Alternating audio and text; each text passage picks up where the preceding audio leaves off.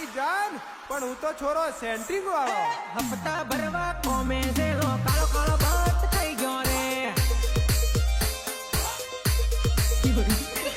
સેન્ટ્રિંગ નો કારીગર સોરો કાળો કાળો બાત થઈ ગયો રે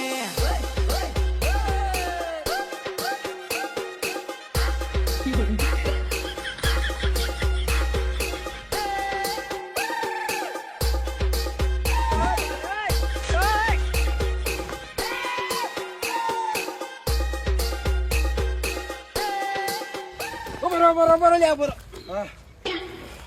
મારો